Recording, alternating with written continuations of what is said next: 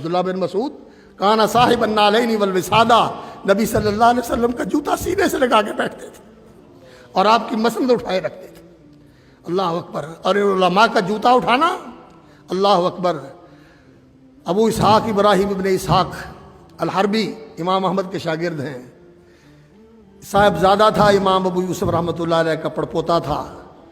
امام آئے ابو اسحاق، اس نے جوتا اٹھایا اور سنبھال کے رکھ دیا۔ امام نکلے، جوتا اٹھایا اور لا کے پاؤں کے سامنے رکھا اور جوتا پہنا دیا۔ انہوں نے دعا دی، غفر اللہ لکا، اللہ تجھے بخش دے۔ اللہ کا کرنا جوانی میں فوت ہو گیا۔ کسی نے خواب میں دیکھا اور پوچھا ما فعل اللہ بکا، کیا بنی؟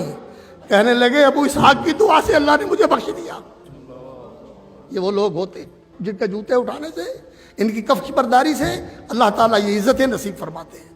تو علماء کے ساتھ جڑیں، اہل علم کے ساتھ وابستہ رہنا اور ان سے استفادہ اور استفاضہ کرتے رہنا، اس کو غنیمت سمجھیں، اس لیے کہ بڑی تیزی کے ساتھ اٹھ رہے ہیں یہ جانیں۔ پرانے بادہ خار جو تھے اٹھتے جاتے ہیں، یہ تو دوام نہیں ہونے والا۔ اللہ کے رسول نہیں رہے تو اور کس نے رہنا ہے؟ اصل بات یہ ہے کہ آپ کو ان کا جانشین بننا چاہیے۔ علم کے اوپر محنت کیجیے، پختہ عالم بنیے، علم کے لیے اپنی توجہات کو اور اپنی ترجیحات کو مرکوز کر دیجیے۔ یہ جو صفحے، یہ جو مسندیں خالی ہو رہی ہیں اور جو جانے والے جا رہے ہیں اور ان کی جگہ خالی ہو رہی ہے، ان کو پر کیجیے، ان کو پر کیجیے۔